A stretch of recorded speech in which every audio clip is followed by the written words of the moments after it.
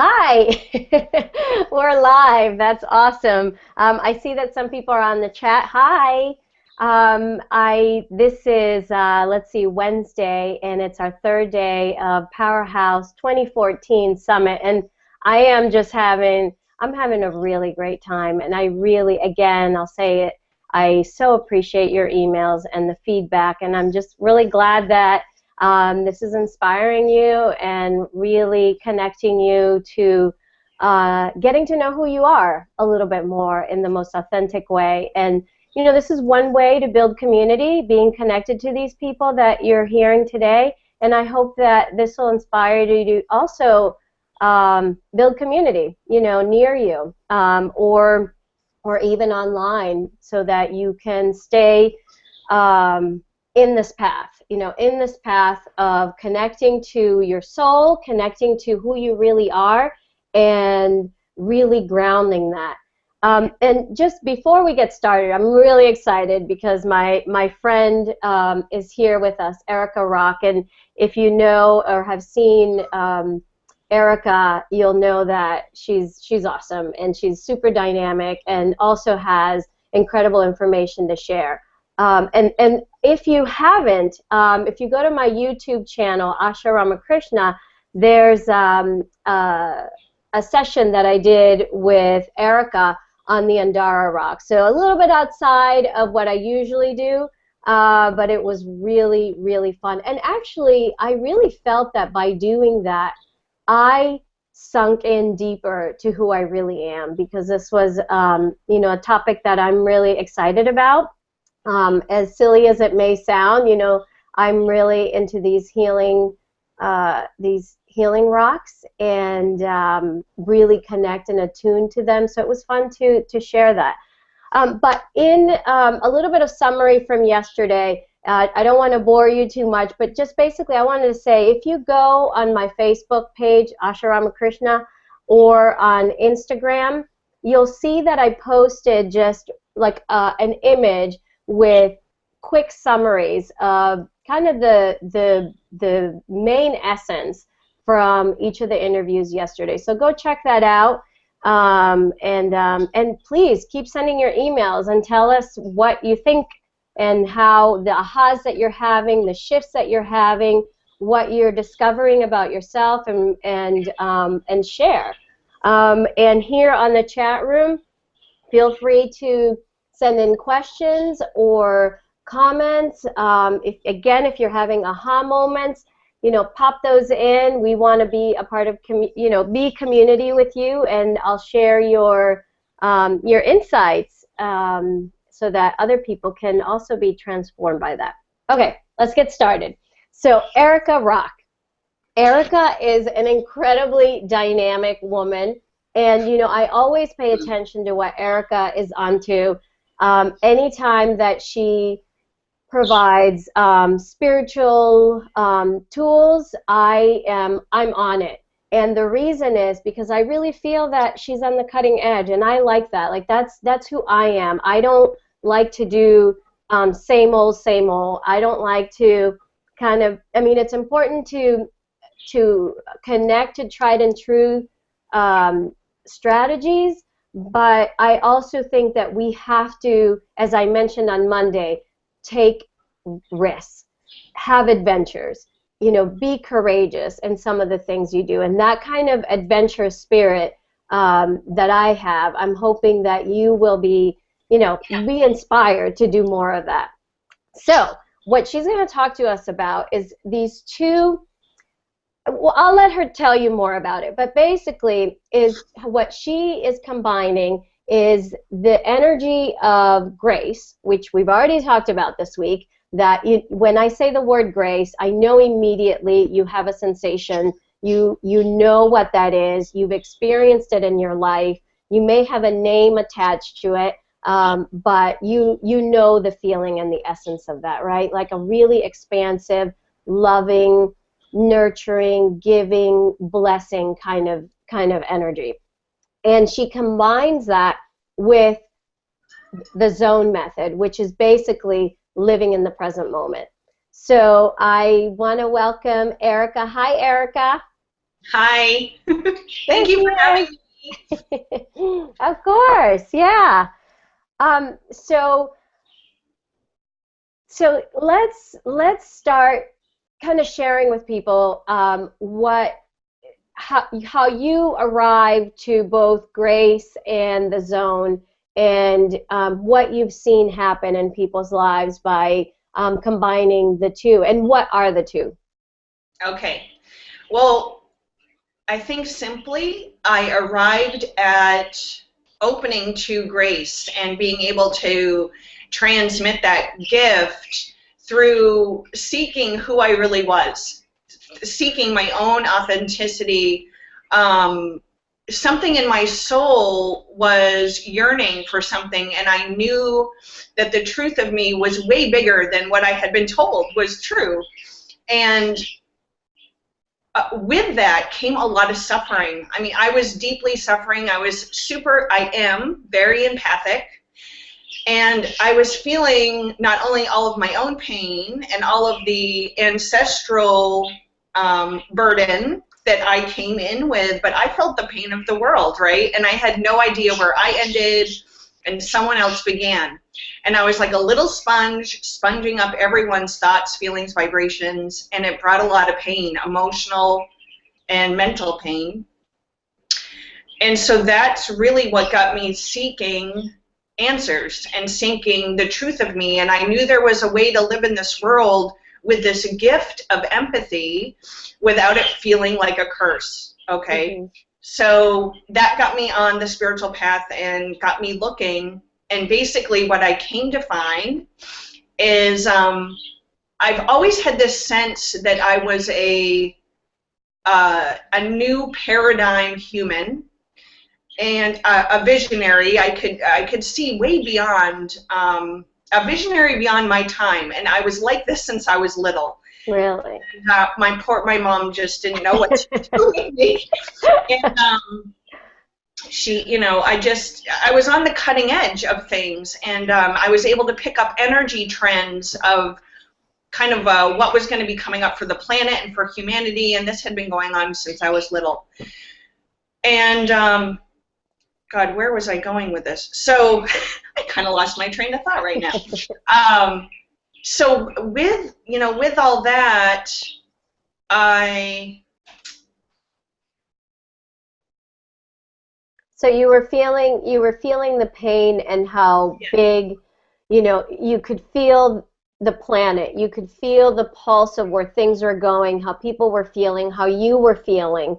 And yeah, this really was the inspiration, or was the almost like drive to like, okay, I got to do something about this because there's no way that this is the way we're supposed to live, right? I wanted to feel better. Basically, I had a Yeah. very human need. I wanted to feel better. And basically it came down to I just wanted to be happy. I mean, God, I just wanted to be happy. And what I found through a lot of seeking, you've got to understand, I was an addicted spiritual seeker. I was always going from kind of one thing to another. And basically what I found one time, so I'm at this retreat, it was a silent retreat, and the reason I wanted to go was I needed a safe place where I was forced to sit and be quiet and not talk and feel my feelings, because remember, I'm empathic, and I'm feeling all my stuff, I'm feeling other people's stuff, and I was so overwhelmed. And I needed to just sit down and be quiet and feel and feel and feel and stop looking out here and start going within. And I'm like, I'm not talking to anyone but the presence within until something shifts within me. That was my intention. I'm like, it was like the little Buddha sitting underneath the tree, right? I'm like, I'm not moving until something happens. And something happened. I'm not even joking. So I'm sitting on the grass, and I have this aha moment. I'm like, first of all, I was filled with this energy, and I remember thinking, I have been running around the planet looking for it, and it was in me the whole time. It was like this cosmic joke. And if I would have just sat down and got quiet long enough to just open to receive it and to experience it, and from that moment on, I'm like, I'm done seeking. I don't need to. It is true. Everything I need is within me, but you've got to get still and quiet long enough to connect with it. Yeah. And so there, you know, kind of like the gift of grace was born. So, Yeah, you know, I think stillness and quiet is something that so many people don't give themselves that, and don't. I feel like most people want it, but are too afraid of it. I mean, I don't know how you respond to it, but I know, you know, I've done silent retreats. I did a silent 5-day with you, and I've led silent retreats, and it is the most delicious experience for me. And most of my girlfriends, when I told them what I was going to be doing, they were like, "Are you crazy? I couldn't do that. I couldn't be in silence for, you know, 1 day." What was it like for you? Was it easy or? No, at first, no, it was scary because in that silence, you have to face yourself, right? You have to face yourself. And so all of your stuff that maybe you've been distracting from or not wanting to feel, it comes up. It bubbles right up. And, you know, this was one time in my life where my stubbornness ended up really being a gift for me, because I knew that part of why I had gotten to this ceiling on my spiritual journey was that there were certain emotions that I just didn't want to feel. And so I was limiting the range of human emotion, and I was trying to manage it and control it, and I was a master at this, Asha. I was a mood manager. I was very good at it. But it catches up with you, right? And so over time, I'm starting to feel dense and depressed and lethargic and all this. So in the silence, everything I had been unwilling to feel, I started to feel. And it wasn't scary. It was so not a big deal. I'm like, they're just emotions. I felt all these, you know, uncomfortable physical sensations, and I found if I just allowed them to tear through me, rip through me, course through me, without me getting in the way and resisting them, they moved and they flowed effortlessly. And once I got to the other side of that, that's where you find your liberation, and that's where you find your freedom. And this is when you begin to master your mind and emotions, and you welcome them. You find, I welcome if I get angry now. I'm like, yes, okay, what is this anger wanting to tell me? And I get, because I know it's an opportunity for me to grow and go to the next place. So I fear no emotion anymore, and this is the opposite of how I used to be. So it's like, it kind of amazes me, really. And so I teach other people how to do this. It's like, you know, I get people come in for sessions that say, I want to release my anger, or I want to release my sadness, and honey, I can't suck that out of you. I just can't. But when listen to me, if I could, I'd take a little vacuum cleaner, suck it right out. But actually, I wouldn't ever want to do that, because number one, there's a message in that emotion. And what I can do is create a loving, safe environment so that they can feel it and flow it completely and come to the other side of it. And grace helps enormously with that, because what I find, it's like grace does most of the work, and our very small part is to use our free will and our conscious mind choices wisely. Like really watching where you point your intention and you point your power and your focus. And so, you know, grace initiates enlightenment or deepens it. If you've already had an awakening, it deepens. And it also really opens people to receive, which that's a huge one. And so once people start receiving the energy, and actually I'm setting an intention that people that watch this, that they will receive a gift of grace. And I'm doing it just through intention. You know, people when they come into contact with this powerful field of resonance, something within them awakens. And I think part of why I've got a gift for this is because I had such a deep desire and longing within me to awaken to my true self, and through that desire, something was born. Mm-hmm. And I know that even just, well, hey, you and I talked on the phone the other day, and I didn't do anything to you. I didn't give you a grace blessing, but you wrote to me after and said, thank you for talking with me. I had a big shift, and I don't even know what that shift is, but that's what I see happen as people get, allow themselves to be open to this field of resonance, this gift of grace. They awaken to who they really are. We have conditionings, predispositions from our family, all these things that are piled on us, and they're not who we really are. And so So do you think that when people open to the energy of grace, when they allow themselves to be recipients of it, do you feel like there's a deconstruct of who they are no longer, or who they are not really? Do you know what I mean? It's like you start off in life, and then you have like all these programs that get put on you by family, society, past lives, whatever, if you believe in that, and then you kind of like are wearing someone else's clothes. And when you move into the space of resonance with grace, do you feel like there's a deconstruct? There can be for some people, and it can be a little disarming, because if they're, depending on how attached they were to that identity or that false self, you know what I mean? Mm-hmm. So it's very individual and unique. Typically people feel like they can finally breathe. It's like they feel lighter, they feel happier, their synchronicities become commonplace, and life begins to flow with this impeccable ease. And they find that they see the world differently. They're seeing through a higher perspective. So people tend to, things that used to bother them tend to not bother them so much. That is one thing that I hear over and over and over. People and things that used to bother me just don't anymore. They just don't. Well, how beautiful and liberating is that, and we didn't work on it.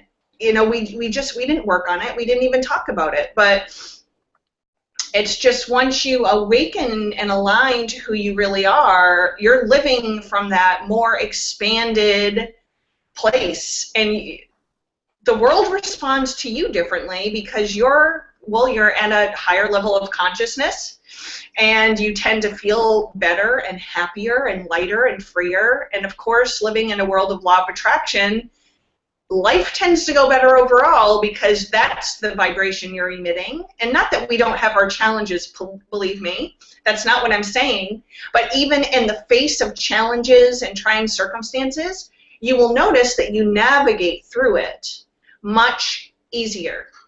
And the other thing I hear all the time is people will say, oh my God, I had this very challenging situation, and they explained to me what it was. And they said, before grace, I would have gone off the deep end. I would have it would have been this big deal. And they're astounded at how graceful they responded to the situation. They noticed the shift in themselves, which is beautiful, which is absolutely beautiful. So actually, something that you said about, we didn't work on it. Can you say more about that? How grace kind of works, but you don't have to work. Yes. I'm sure that people are very curious about that. Yeah. Especially if they've been, on the conscious path and have been working on themselves, and Yes, I do. My whole life was healing, clearing, fixing, working on issues, working on problems, working on myself. And then when I realized I don't, this isn't, of course I had improvement, but Sure. anyway,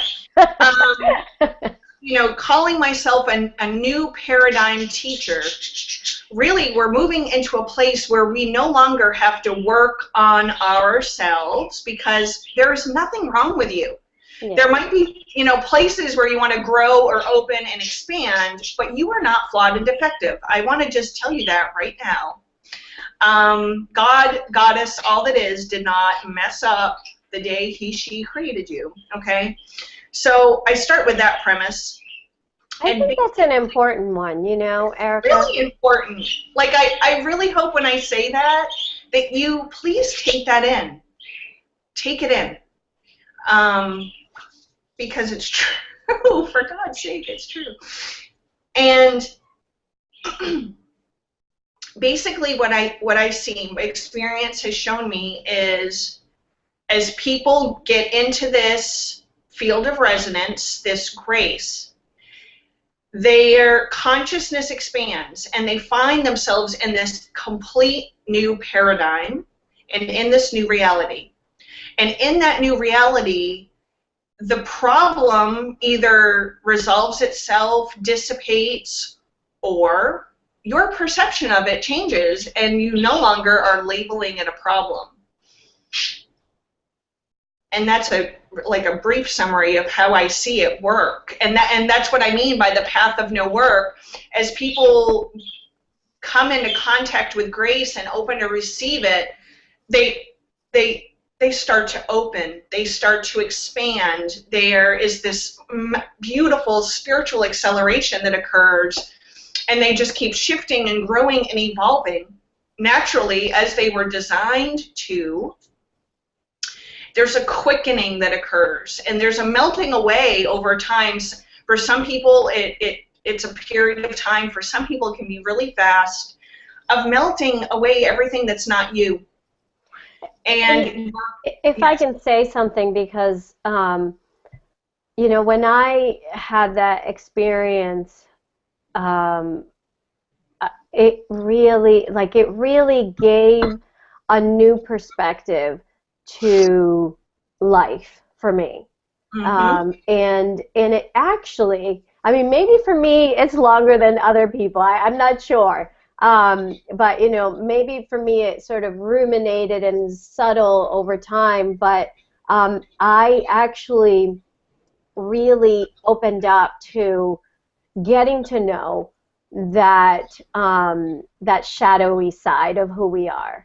All aspects of self. Yeah, but for a while it had been, I wanted to dive deep in that. Mm-hmm. Because there had been this denial of that part, right? Like, I didn't want to feel bad. I wanted to feel good. I wanted to feel happy. And I'm like, why am I not one of those people that's like laughing all the time, And so I was like, well, let me go there. Like, what's there? And I went into this deep dive of discovery in that. And it actually probably was almost a year and a half of that. Not in a suffering way, I gotta say. Definitely not in a suffering way. But in a total like, oh my gosh, I just found this part of me, and this is so interesting, and there's so much information here. And then once I sort of like became complete with that, it was like, okay, I'm kind of done hanging out there, like really diving deep in there.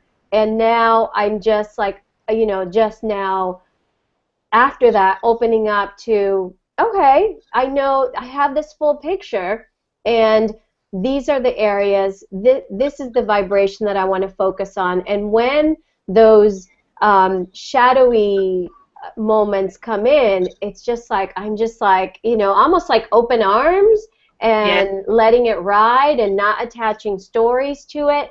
But I find that although it's an easy concept, it really does take commitment. Yes, absolutely. So say more about that. What do you observe about commitment, and what do people have to be committed to when they open up to receiving in this way? Oh, that's such a good question. Well, basically, one thing that I ask of people is that to commit to this path for at least a year, to not be doing other energy work or modality soup. Like, do this path and really do it. And basically, the steps are so easy. You receive the energy, whether you do that through coming to a seminar or a private session, the audio programs I have, or from the book, The True You. Receive the energy and let it work on you. Let it start melting away stuff. Let it do its part, because grace is going to do most of it. So do you think people get impatient in that process? I mean, I'm sure I know the answer to that, but what happens? I got to say, Asha, that it works pretty fast. In fact, if I get people that come to me saying, how can I slow this down a little bit, because it's like I'm having trouble keeping up with all of it. Well, then just set your intention. We're slowing down. That's it. Just dial, ask. We got to slow this down a little bit. Set your intention. And if you want to speed it up faster, set your intention for that. Bring it on. I want more growth. I want more expansion. Bring it, bring it, bring it. Set your intention and ask for that. It's really that simple. The energy is getting so powerful that I'm suggesting that people don't receive more than one grace blessing in a 2-week period. And really taking the time to assimilate for a good 2 weeks in between grace blessings is wonderful, because you don't want to get the energy flowing faster than you can fully feel and experience everything that may come up for you. So basically, I ask people, commit to this path for a year. Don't mix it with a lot of other stuff. Keep it clean, and I would suggest that for any path. If you're doing 5 different modalities, that can be quite a mess. Find one thing and really give it a shot. Consistency is key, and typically human beings, we want it now. And we'll try something, I see people, they try something once, and if fireworks don't come out their ears, they're giving up on it already. I'm like, you really need to give something at least 3 months to really know if it's working for you or not. And that's even with herbal supplements or an eating plan or anything. 3 months, guys, really. And please give it a chance, 3 months. And if you don't give it that time, you're not going to know what actually worked, right? Exactly. Exactly. The other thing I'll interject on that. So for those of you who know that I do Ashtanga yoga, and it's really, I love this path of yoga, and they talk about how have one teacher. Yes. Right? Have one teacher. Otherwise, your mind gets totally confused. And even though in Ashtanga yoga, it's like you do the same thing, but I travel, so sometimes I'll go to New York or sometimes I'll go to California, and I'll be with a different teacher, and they show me something that's a little different. Well, then I come back to my teacher, and then it's a little confusing. It's like, well, what way am I supposed to do it?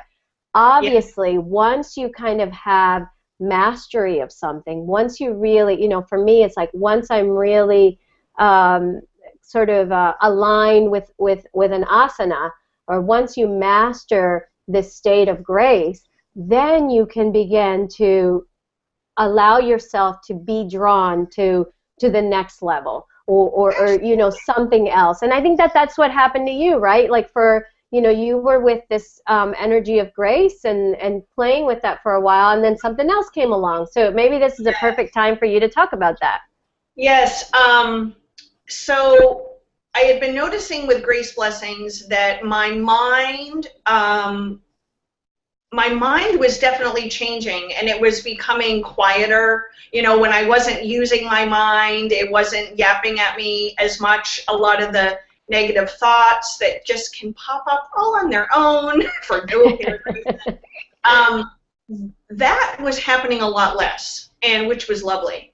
And I was able to be more present and in the moment, and then really it's funny how this truly started is one night we had a healing circle at my center, and a man came with his girlfriend, and one of the things, one of his challenges is he incessantly talks to the point that it's interfering with his relationship. He's driving his girlfriend crazy, and he just talks and talks and talks, and his mind is just spinning. So he gets on the table, and I go to his head, and I said, you know, have you ever had an experience of your mind being quiet? And he's like, oh God, no, like, no, never. I'm like, well, would you like to experience that? And he said, yes. And so I put my hands on the top of his head, and I noticed in that moment my mind was silent, my mind was quiet, and somehow, and I had no idea how I was going to quiet his mind, I just knew I could. So I have my hands on his head, and he ended up in training to me. And that was my first experience, and it was funny after that. God, he was so quiet the rest of the time he was at my house. His girlfriend contacted me, and he really had a shift that lasted quite a while. And over time, he did kind of go back to his old pattern and way of being. I'm pretty certain if we would have worked together consistently, I think we definitely could have shifted this permanently.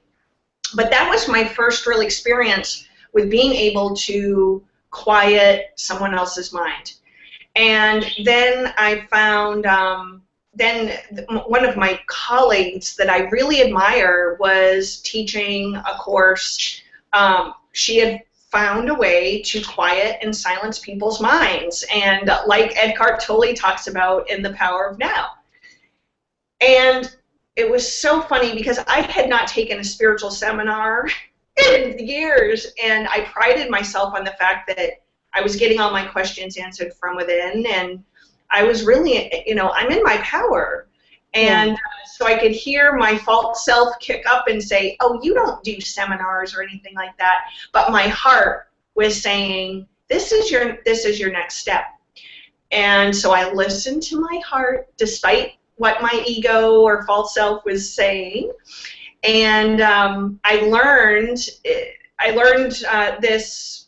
I don't even know if we should call it a technique, but all I know is I think because of Eckhart Tolle having this awakening, he created the field of resonance for us to be able to access present moment awareness. No doubt. No, I can't. I mean, I so second that.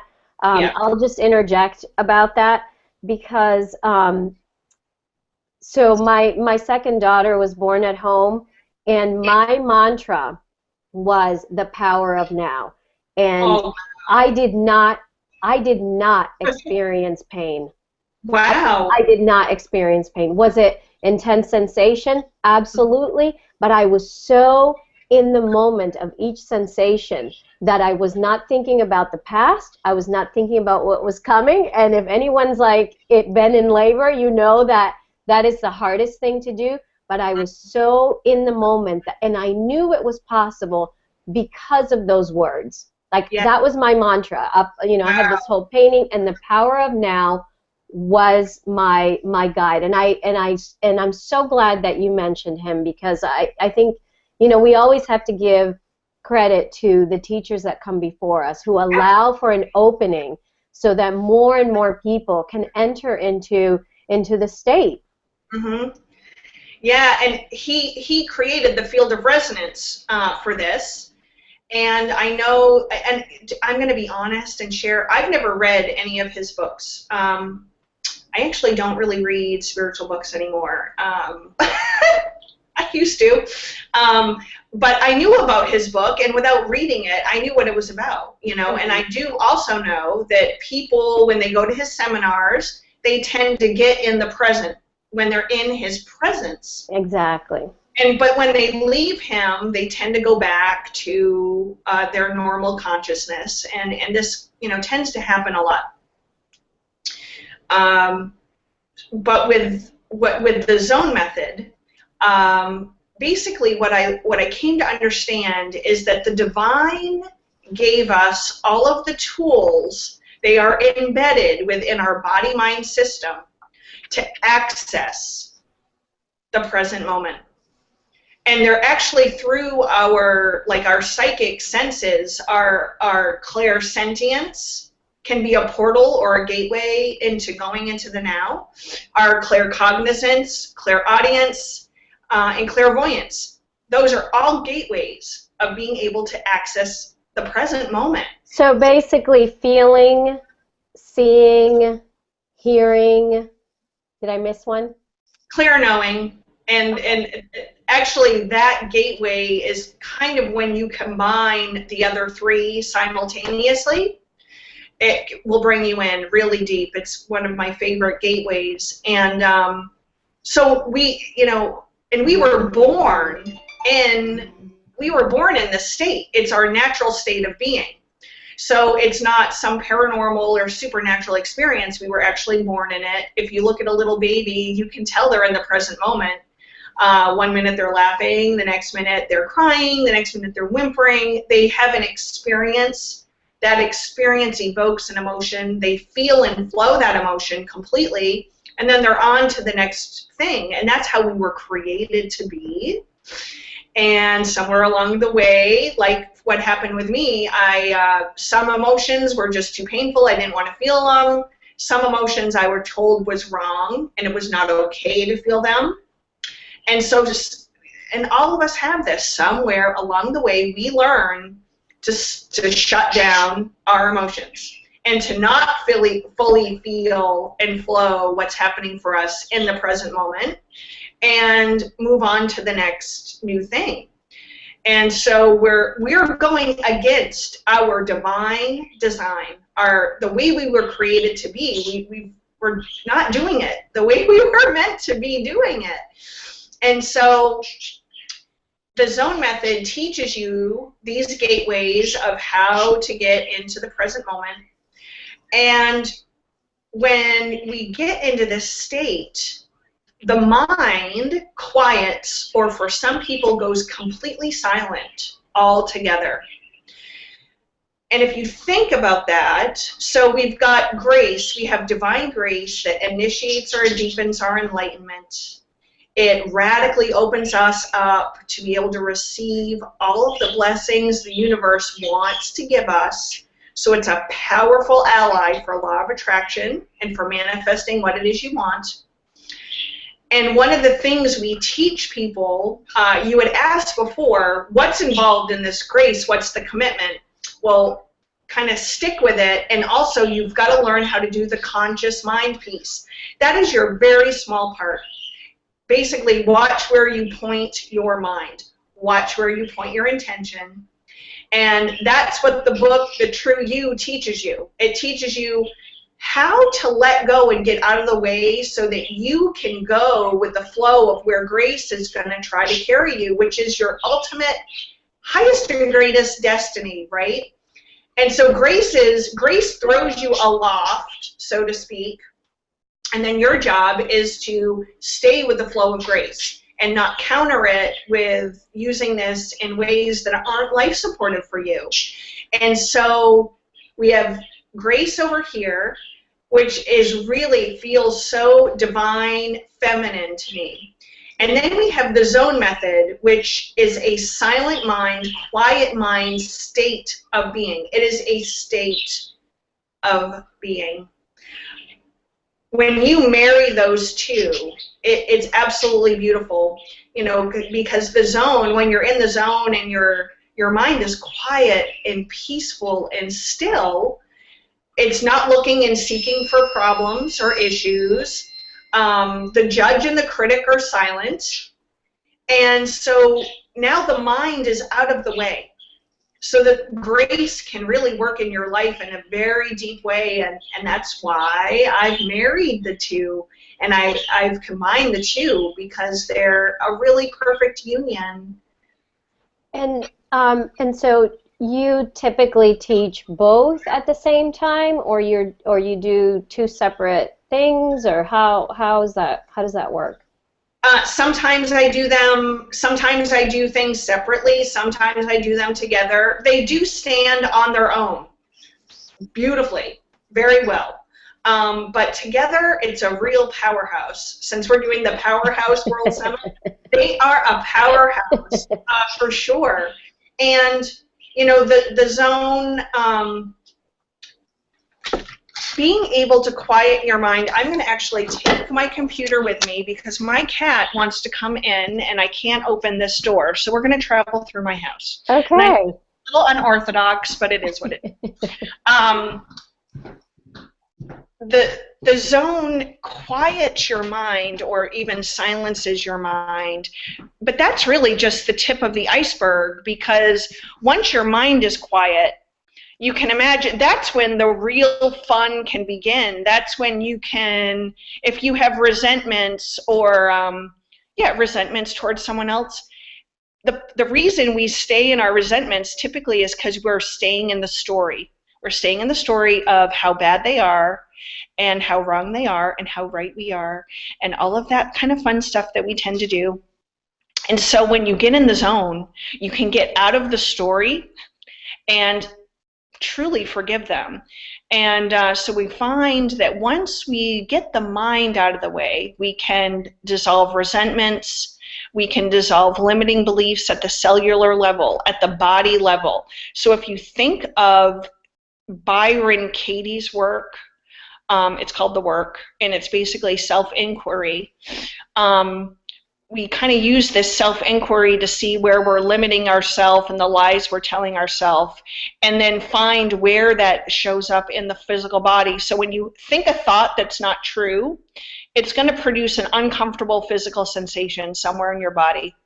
And when we're in the zone, we just locate where that uncomfortable physical sensation is, put our focus, our love and attention on it, and it dissipates usually in like 30 seconds, like less than a minute. It's hysterical how fast this works. We can use it for physical healing, for self and others. And what is so awesome about this, if you're an empath, you're going to want to really like listen to this, because this is the cleanest form of healing I've ever seen. And the huge difference is when I do healing with the zone method, say Asha, say your right hip was in pain. So typically, the old paradigm way of healing is Asha would come to me, I'd probably put her on my table, and I would take my hands and I'd put them on her hip, the one that's hurting, or I would somehow direct energy to her hip. But basically, the thing is, I'm focused on Asha, okay? And the second an empath focuses on another person, we tend to start feeling their stuff, which can become problematic for us. And so with the zone method, I'm trying to not step on my cat, and she loves to walk right in front of me. That's wonderful. Everyone's safe, yay! Sorry about that. Okay, it's life. Life is happening. Life, right? This is real life. Oh, it's so real. That's why, you know, that's why people love live TV, right? Because it's like all the bloopers happen. That's right. So I'm trying to find a place. I'm not like in the sun. The sun is moving. How dare it interfere? Okay, that's so much better. Oh, good. I can see you without like. So with the zone method, what I would do is I'd bring myself into this state. Once I'm in the state, I would focus on my own right hip. I would not focus on Asha's right hip. I would focus on my own right hip. And that shifts her. And the reason is because we're one. The zone method proves oneness. I mean, it absolutely, undeniably proves that we are one. And when I'm in the zone state, it's very easy to dial into any of the higher consciousness states. Pure love, appreciation, gratitude, joy, bliss, forgiveness, whatever state you want to embody. And so typically I would bring myself into the zone and I would dial into one of those states while I'm focusing on my own right hip, if that's the place where Asha is having an issue. And that shifts the other person. Typically, we can radically reduce pain or eliminate it altogether, and this is even chronic pain you've had for 20 or 25 or 30 years. I hear this all the time. Oh, my pain is special. I've had it for 30 years and blah, blah, blah, all this stuff. Well, I'm here to tell you that I've seen people with pain for 30 years, 45 years, shift in under 10 minutes. Yeah, and what that's about is it's just it's another story, right? Mm-hmm. It's like Yes. if we just get clean with feeling the sensation and not Yes. attaching a story to it, then it has an opportunity Right. to Absolutely. be something else. Absolutely. But I've seen this work, even if someone is very skeptical, I've seen it have really awesome effects, which is always fun. So yeah, what do you say to people who are skeptical about all this? What do I, well, I mean, I'm not here to convince anyone of anything. Gosh, what do I say? I don't know that I say anything. What do I say? Or do you just let them feel the experience and then that's Yeah, I'll usually just say, are you open to having an experience? Experience trumps everything. So are you open to just having an experience? The worst that will happen is nothing. right. What do you have to lose? And yeah, that's typically what if I was going to say something to them. I really try to just let everyone have their own journey, and if something doesn't resonate or feel right in your heart, then please by all means don't do it. Yeah. Well, and I feel like I want to go back to what you said, that the zone proves the oneness, right? I mean, we hear that a lot. We hear we're all one, and some people really connect to that, and some people are, a little bit more on the fence of like, what exactly does that mean? And maybe you want to say something about that? Maybe not. Well, gosh, how do you explain oneness? That's like trying to explain the divine, right? I've had experiences when I am really deep in the zone where I've merged with absolutely everything, where I'm the leaf on the tree, and I'm the chloroform inside the leaf. Like, I've had these really amazing experiences that you just can't put words to. I can tell you that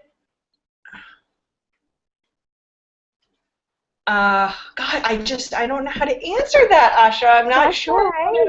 Yeah. Well, I mean, the way, sort of the more simplistic way that that I think I've found people to be able to at least begin to connect to what that means is just even when you walk into a room and you feel something, and and there's two people in the room, and even if you don't have like high emotional intelligence and can't really read people, something happened in there, like there was a fight or something something feels funky about the space. Even if the people are laughing and smiling, you just feel it. Yes. Because all our thoughts and feelings, they leave an energetic imprint which can be felt. Everyone's had an experience of going into a house that just feels creepy. You know what I mean? And then if you do some research about the house, you might find some interesting things about why it feels creepy, and it usually makes sense. When we teach the zone, one of the gateways that we always start with is the clairsentient gateway. And which means feeling. Yeah, that's the clear feeling. You sense things, you feel other people's emotions, you feel energies, things like that, and you feel it in your body. And one of the reasons this is such a powerful gateway is, number one, the majority of the population on the planet, their strongest psychic gift is clairsentience, is clear feeling. We are a feeling planet. Really, humanity is like, I would probably say 80% of the world's population, their strongest gift is clairsentience. Not that they don't have the other gifts, it's just, if I'm looking at the statistics of the people that come to me, we're finding that the majority of them are they're strongly clairsentient. And the other reason this gateway is so effective is because it gets you into your body. And if you're in your body, you're not in your mind. And so I find that really, really, really fascinating. So how can, I know that you have an offering for people here, and you're super dedicated to really enlightening the planet, right? And I want you to talk a little about what happens when people get your book and what experience they have. I mean, I don't think it's just about the words that you've written, even though you just said that our words leave a resonance. Yeah. But I think there's more to it. So do you want to just mention a little about that? Well, when people come to me and they ask me, where do I start? I always recommend that they start with the book, The True You, because it is not just a book. It's not about the words in the book at all. There's through intention, a field of resonance was created when I wrote that book that is a portal to divine grace. And people open to that energy as they're reading the book. I also put some pictures in the book that are also infused with the energy so that they could receive it by gazing at the picture. And I know for some of you this might sound really out there, and that is a stretch for you to imagine that you could receive this energy from a book, but I'm here to tell you it can happen, and it is happening with people all over the world. I had a man from India, the Mecca of enlightenment, where some of the most amazing spiritual masters are. He found freedom through my book. Actually, he enrolled in my free online course and then got my book. And here, this just regular girl from New Hampshire, he's like finding liberation that he could never find in India. I found that hysterical. I'm like, oh my, I've seen it all now. So I would definitely say start with the book, because you're going to start to open to the energy, and that book gives you all the conscious mind teachings that you need so that you can stay with the flow of grace. And I give you a lot of very easy strategies, easy things you can do so that if life does present a challenge to you, you can navigate it very, very easily. And the other thing the book really talks about a lot is your emotions, and about feeling them and allowing yourself to feel them. And I even created a process, a very easy process to really dive in and feel and flow your emotions. So, and I know that might sound silly, but this is where most people are getting tripped up. I mean, like most people, and I know that it was where I was getting tripped up as well. So there's a lot of emphasis on emotion in the book, and mostly it's about how to let go and get out of your own way. I am not going to ask you to work on yourself. I'm not going to ask you to meditate. I'm not going to ask you to clear yourself. I'm not going to ask you to do any of that. You're going to do some fun things to reprogram this so you can stay with the flow of grace. And they're all simple, and they're easy, and they become your new habits. And they're super effective.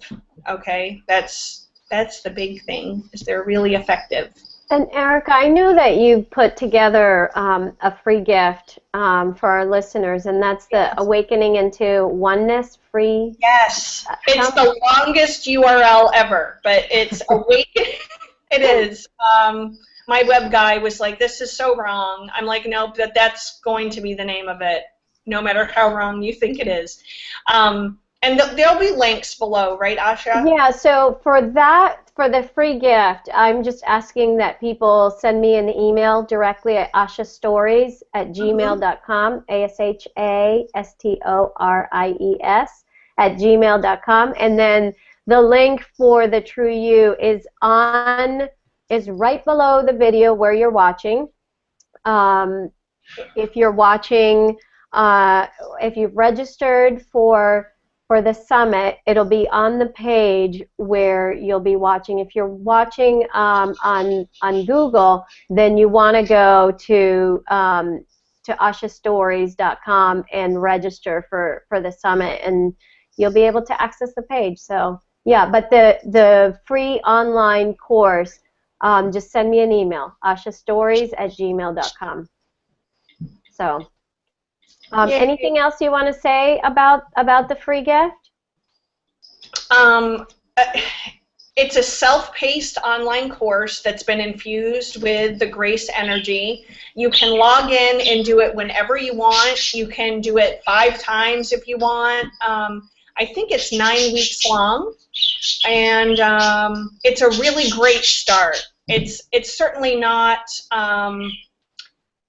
the book is pretty essential for, because the free gift, it's a taste of what's to come. It's not the whole package, but it's an awesome place to start, and it's changing lives. I mean, the energy it's just amazing, and like I said, the teachings are very simple, easy ways to reprogram how we think and what we're doing, so that we can be happy and we can be in alignment with our true selves. And that's what it's all about, because when we're fully in alignment, we feel happy and free and light and peaceful inside, and that is priceless. Yeah, well, thank you so much, Erica. I always appreciate having you share your wisdom, share your story, and you really do embody authenticity. So I couldn't have done this summit without you,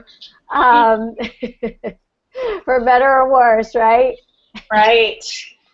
Well, thank you so much, Asha, and I truly hope that everyone that participates in the summit really comes away with things that are valuable to their heart. And there's nothing better than living an authentic life. And it's time to let go of the fears and the limitations we're putting on ourselves. It's kind of insane. And where we're going, we don't need to bring all that with us. The time has come. And so we have a lot to look forward to in the next few years, for sure. And I'm so excited. Yeah, and thank you. Thank you for the resources that you have for people. Thank you for the work that you're doing. And one of the conversations we had yesterday was about when a woman is bold and when a woman is really herself and speaks who she is, it either triggers or inspires people. And I'm hoping that people will be able to shift through the triggers that come through them. And some may be questioning, some may be trying to, make sense of what we're talking about and feeling like this is all mumbo jumbo, like I don't really know what they're saying. But if you can let go of, that mental chatter, and really feel into what we're sharing with you, and really feel into your deep desire to want to get to know who you are at a deeper level, I highly recommend that you start off with Erica's book, and then play with the self-paced online class. Yeah, and again, Erica, thank you so much. And for those of you who are still on, I just wanted to just a little reminder that we're going to be having another live webinar at noon Eastern with Karen Curry, who she'll be talking about human design, and then at 2 p.m. with Reverend Elvia Rowe, who will be talking about authenticity through the medium of angels. So that it's a spirit day today. You've got a wonderful lineup and some amazing women, so goddesses for sure. For sure, yeah. And thanks again, Erica. Oh, you're welcome. Thank you all. Bye-bye. Bye. Thanks to everyone, and we'll see you in a little bit. All right, bye.